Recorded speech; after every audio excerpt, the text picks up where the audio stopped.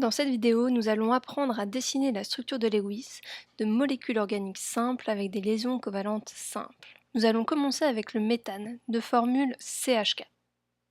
CH4. Pour dessiner sa formule de Lewis, je vais d'abord m'intéresser au carbone.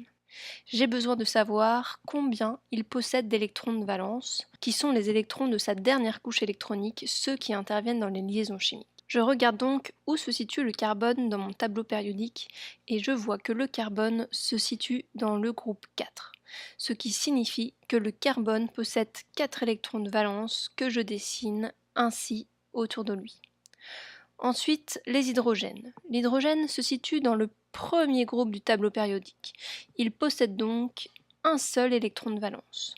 Je dessine donc mes 4 hydrogènes avec leurs électrons de valence, ainsi, ici et ici. Il ne me reste plus qu'à relier les points, puisqu'on sait que 2 électrons sont équivalents à une liaison covalente. Voici une première liaison covalente, une deuxième, une troisième et enfin une quatrième. Et nous venons donc de dessiner la structure de Lewis du CH4. Sur ma structure, je peux voir que mon carbone est entouré de 8 électrons.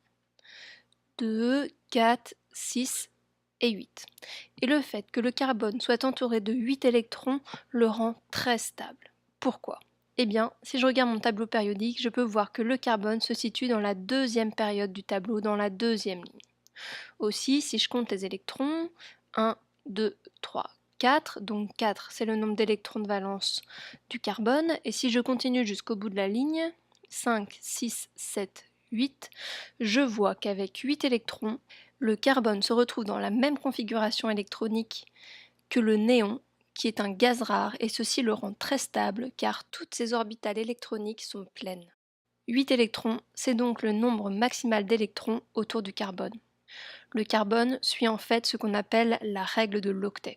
La règle de l'octet n'est strictement valable que pour les atomes qui se situent dans la deuxième ligne du tableau. Et cette règle dit que les atomes qui se situent ici tendent à se combiner entre eux pour avoir 8 électrons autour d'eux, ce qui leur permet de remplir toutes leurs orbitales énergétiques et d'avoir la configuration très stable de leur gaz rare, le néon. Concernant les hydrogènes, on peut voir qu'ils sont entourés dans ma structure par 2 électrons. L'hydrogène se situe dans le tableau périodique sur la première ligne du tableau. En fait, l'hydrogène ne possède qu'une seule orbitale s qui ne peut donc contenir que 2 électrons. Donc, avec 2 électrons, 1 et 2, l'hydrogène se retrouve dans la structure électronique de son gaz rare, l'hélium. L'hydrogène est donc très stable avec 2 électrons autour de lui. Entraînons-nous maintenant avec une molécule qui contient un atome d'azote, le CH3NH2. Pour dessiner la structure de Lewis du CH3NH2, je vais commencer également par le carbone que je mets au centre avec ses 4 électrons de valence. Il a autour de lui 3 atomes d'hydrogène que je dessine ici, un atome, 2 atomes et 3 atomes d'hydrogène avec leur unique électron de valence. Ensuite, je m'intéresse à l'atome d'azote.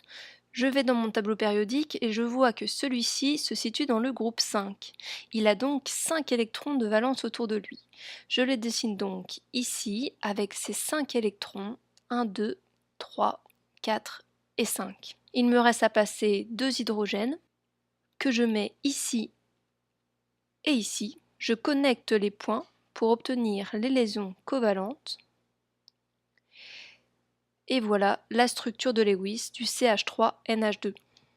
Je peux maintenant vérifier que les atomes qui se situent sur la deuxième ligne, à savoir le carbone et l'azote, suivent bien la règle de l'octet, et je compte autour de mon carbone 2, 4, 6, 8 électrons, et autour de l'azote, je compte 1, 2, 4, 6, 8 électrons. Le compte est bon. Maintenant, prenons une molécule qui contient un atome d'oxygène. Le méthanol, par exemple, de formule CH3OH. Pour dessiner sa structure de Lewis, je commence comme toujours par mon carbone avec ses 4 électrons de valence. Je mets autour de lui les 3 hydrogènes, le deuxième et le troisième, Et maintenant, je m'intéresse à l'oxygène. Dans mon tableau périodique, je vois que l'oxygène se situe dans le 6e groupe du tableau. Il a donc 6 électrons de valence autour de lui. Je le dessine donc ici et je mets ces 6 électrons de valence. 1, 2, 3, 4, 5 et 6. Il me reste à placer un hydrogène que je mets ainsi. Je relie les points pour former les liaisons covalentes. Et j'obtiens donc la structure de Lewis du méthanol. De même, je peux vérifier que l'oxygène suit bien la règle de l'octet dans ma structure et qu'il est bien entouré par 8 électrons, ce qui lui permet d'acquérir la structure électronique de son gaz rare, le néon. Et je compte 1, 2, 3, 4, 6, 8 électrons. Pour dessiner un peu plus vite la structure de Lewis des molécules, on n'est pas obligé de dessiner à chaque fois tous les électrons de valence autour des atomes et d'ensuite relier les points. On peut aller un peu plus vite. Par exemple, prenons l'éthane de formule C2H6. Pour dessiner sa structure de Lewis un peu plus rapidement, je vais d'abord dessiner les 2 carbones qui ont la plus grande chance d'être liés entre eux. Ensuite, je sais que le carbone suit la règle de l'octet. Il doit donc avoir autour de lui 8 électrons. Je lui mets donc 8 électrons. Et je fais de même avec le carbone voisin. Il me reste ensuite à dessiner les hydrogènes. Il y en a 6 que je mets ici, ici, là et encore là.